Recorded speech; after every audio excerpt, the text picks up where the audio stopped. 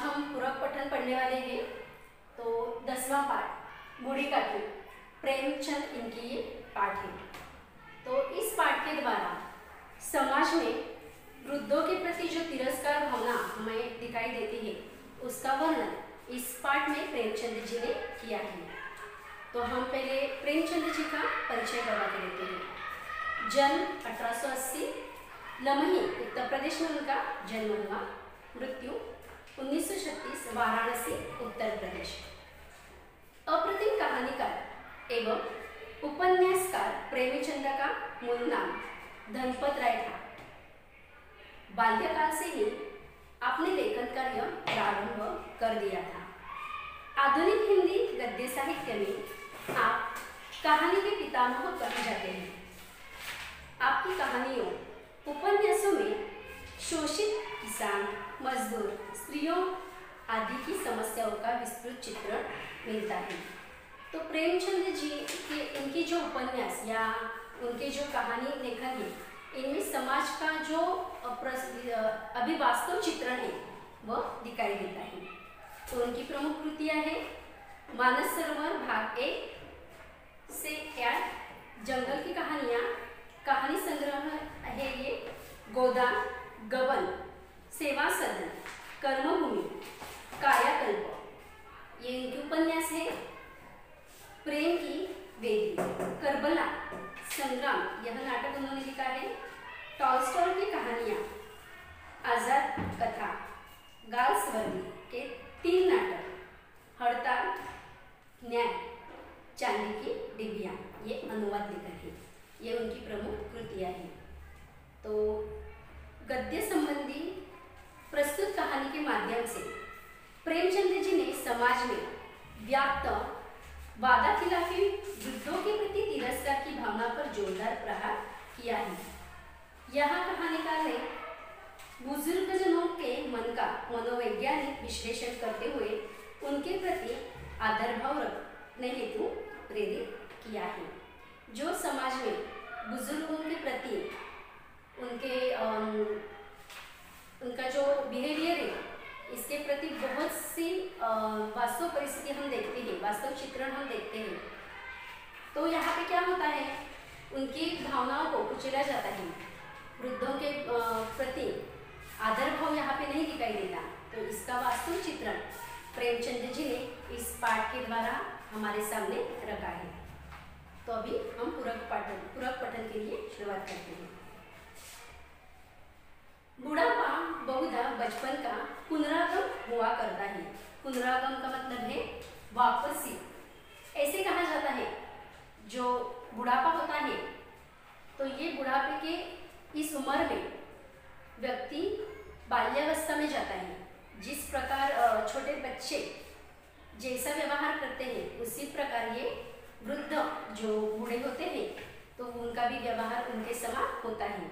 इसलिए प्रेमचंद जी ने ये कहा गया है कि बुढ़ापा बहुधा बचपन का क्या होता है, पुनरागमन हुआ करता है। उसका मतलब है बचपन इस वृद्धों के मन में क्या आ जाता है, बचपन आ जाता है। बूढ़ी काकी में जिह्वा स्वाद के सिवा और कोई चेष्टा शेष न थी। चेष्टा का मतलब है प्रयास, कोशिश हम करते हैं। तो हम देखते हैं कि जब बुढ़ापा आ जाता है तो इंसान का जो शरीर है पूरा थक जाता है, कमज़ोर हो जाता है, लेकिन उनकी आंखें कमज़ोर हो जाती है, सुनने में दिक्कत आ जाती है। लेकिन यहाँ इस पाठ में बूढ़ी काकी की जिह्वा स्वाद के सिवा और कोई चेष्टा न थी। उन्हें भी कम दिखाई दे रहा था, सुनाई कम दे रहा था, लेकिन उनका जिह्वा स्वाद, उनके हम क्या करें, खाने पीने में बहुत वो एक्सपर्ट थी। बूढ़ी काकी में जिह्वा स्वाद के सिवा और कोई चेष्टा शेष न थी और न अपने कष्टों की ओर आकर्षित करने के लिए रोने के अतिरिक्त कोई दूसरा सहारा ही। समस्त इंद्रियां, नेत्र, हाथ और पैर जवाब दे चुके थे। पृथ्वी पर पड़ी रहती और घर वाले कोई बात उनकी इच्छा के प्रतिकूल करते, भोजन का समय टल जाता या उसका परिणाम परिमाण पूर्ण न हो अथवा बाजार से कोई वस्तु आती है और न मिलती तो ये रोने लगती, क्योंकि ये बूढ़ी काकी है वो बहुत थकी हुई है, कमज़ोर है, तो उसे रोने के सिवा और कुछ आता ही नहीं था। तो ऐसे कहा गया है कि अगर उसके इच्छा के अनुसार न हुआ हो तो क्या होता था, वो तुरंत रोने लगती थी। उसका रोना भी कैसा था, सिसकना, साधारण रोना न था। उसका रोना सिसकना साधारण रोना न था, वे गला फाड़ फाड़ कर रोती थी। गला फाड़ के रोना, गला फाड़ना का मतलब है शोर करना, तो इस प्रकार वो गला फाड़ कर रोती थी। उनके पतिदेव को स्वर्ग सिधारे कालांतर हो चुका था। स्वर्ग सिधारे मृत्यु होना, स्वर्ग सिधारे कालांतर हो चुका था। बहुत समय पूर्व उनके पति की मृत्यु हो चुकी थी। बेटे तरुण होकर चल बसे थे। अभी ये जो बूढ़ी काकी है उसके पति के देहांत के बाद उसके जो बेटे थे, तरुण बेटे, वो भी गुजर गए थे। अब एक भतीजे के सिवा और कोई न था। उसी भतीजे के नाम उन्होंने अपनी सारी संपत्ति लिख दी थी। अभी बूढ़ी काकी के पास और कोई चारा न था।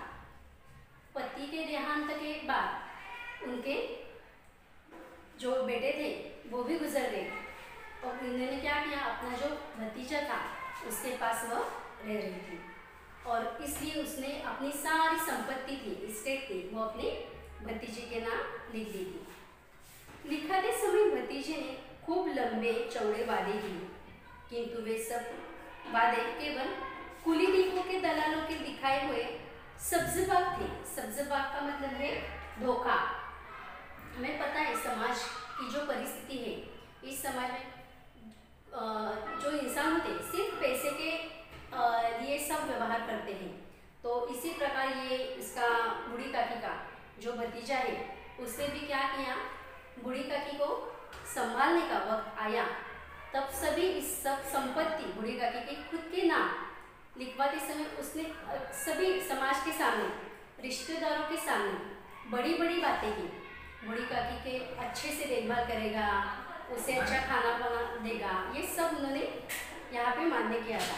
और लेकिन ये कैसा था, ये सब कुली डिपो के दलालों के दिखाए हुए सब्ज़बाग। जिस प्रकार दलाल कोई रूम वगैरह दिखाता है या कोई किस काम का वो एडवर्टाइजिंग करता है तो बड़ा चढ़ा कर बातें करता है। व्यवहार करते वक्त वह सामने वाले के पास से पैसा निकलवाने के लिए बड़ा चढ़ाकर बातें करता है। तो उसी प्रकार इस बूढ़ी काकी ने, उसका ये भतीजा, उसने भी क्या किया, जब संपत्ति उसके नाम की जा रही थी तब उसने बूढ़ी काकी को संभालने का वादा किया था। लंबे चौड़े वादे किए थे किंतु सब वादे कैसे खोखले निकले, सब्ज़बाग थे, मतलब उसने धोखा दिया था। यद्यपि उस संपत्ति की वार्षिक आय 150-200 रुपए से कम न थी, तथापि बूढ़ी काकी का पेट भर भोजन भी कठिनाई से मिलता था।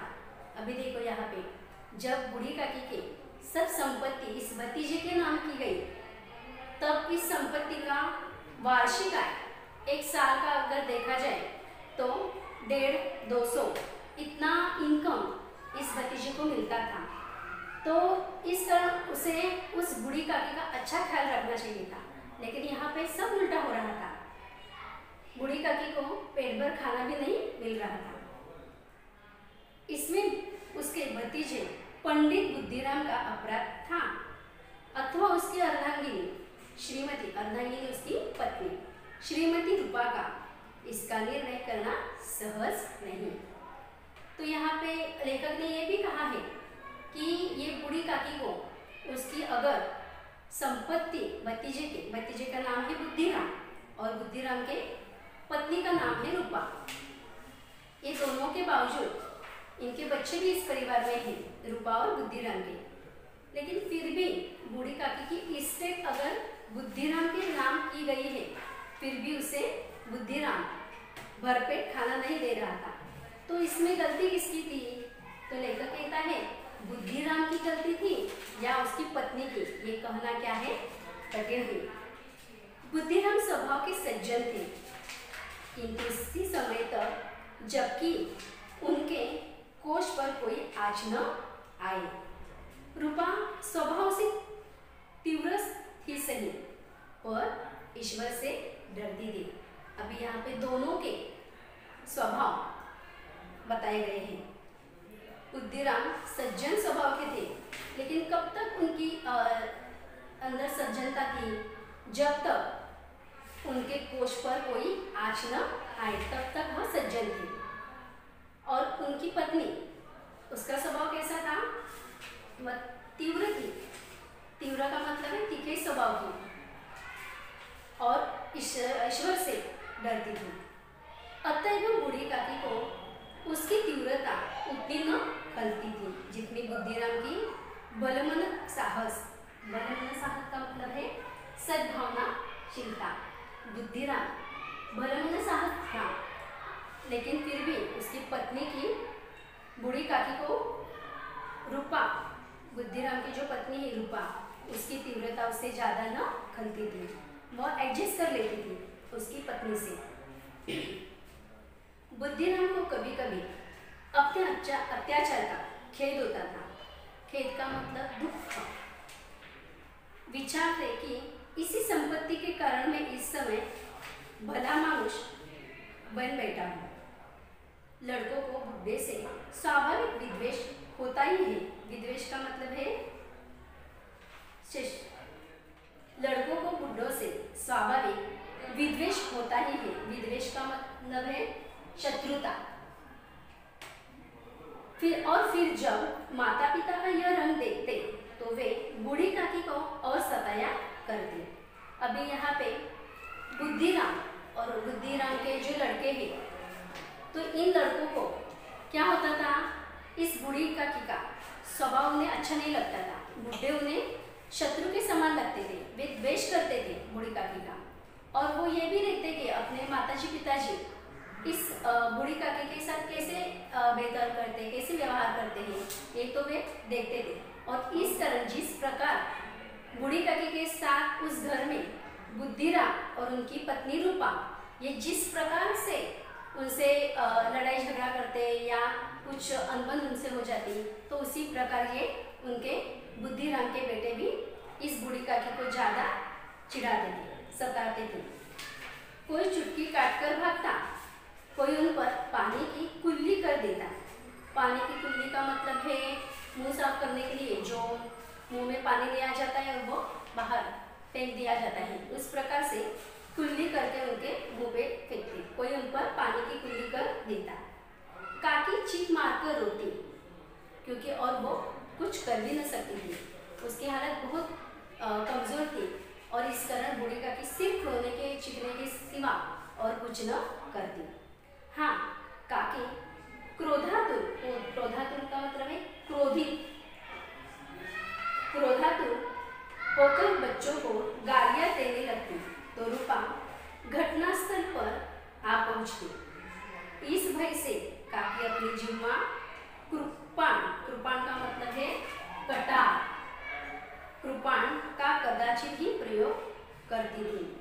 अभी जब बूढ़ी काकी को बुद्धिराम के बेटे जब उन्हें सताते थे, चिढ़ाते थे, तो बूढ़ी काकी चीखती, रोती, और फिर भी उसे कुछ ज़्यादा ये चिढ़ाते, सताते, तो वो क्या करती? गालियाँ देने लगती। उनकी गालियाँ सुनकर तुरंत वहाँ पे रूपा आ जाती थी, क्योंकि उसे यह भय था रूपा को कि काकी अपनी जिह्वा, जिह्वा का मतलब है जीभ, ये कृपाण, कृपाण का मतलब है कटार, शस्त्र की तरह वह पेश न करे।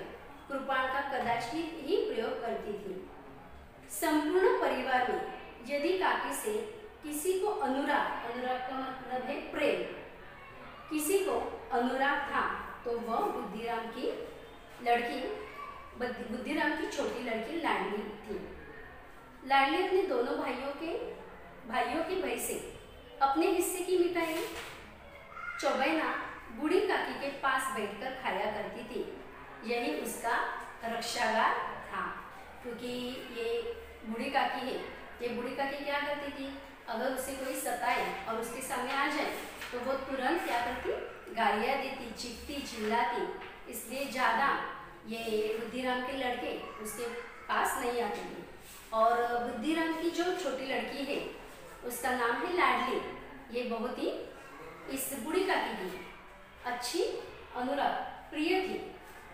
ये लाडली अपने दोनों भाइयों के भय से अपने हिस्से की मिठाई सबेना बूढ़ी काकी के पास बैठकर खाती, क्योंकि बूढ़ी काकी जब उसके पास बैठती तो क्या होता था, ये दोनों भाई उससे, इस लाडली से कोई भी चीज़ या कोई पदार्थ छीन कर न लेते थे, इसलिए उसका रक्षागार का मतलब रक्षा करने वाला।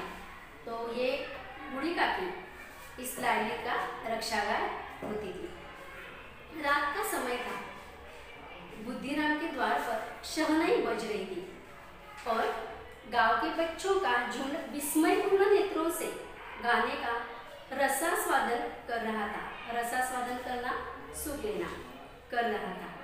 तो क्या हो रहा था एक्चुअली इस समय, ये हम अगली तासिका में देखेंगे।